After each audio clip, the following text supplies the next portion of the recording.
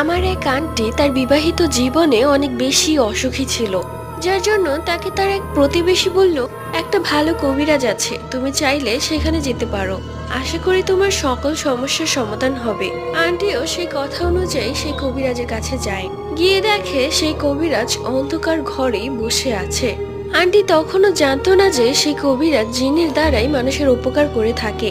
হঠাৎ করে ঘরটা কেমন যেন ভার হয়ে একটা ঝাঁকি দিয়ে উঠলো, যেটা দেখে আন্টি খুব ভয় পেয়ে যায়। এরপর সেই লোকটা আন্টিকে নিয়ে একটি আসনে বসে এবং মুহূর্তের মাঝে জিন আসে, কিন্তু আন্টি এতটাই ভয় পেয়ে যায় যে সেখান থেকে উঠে কোন রকমে দৌড়ে বাড়ি চলে আসে, যার কারণে সেই জিনটা অনেক বেশি ক্ষিপ্ত হয়ে যায়। এরপর সেই প্রতিবেশীকে আন্টি খুব বকাবকি করে। এরপর থেকে আন্টি একটি কালো ছায়া দেখতে পেত। যখনই বাসায় কেউ না থাকতো তখনই সেই কালো ছায়াটা আন্টির গলা চেপে ধরতো। এক পর্যায়ে আন্টি মারা যায়।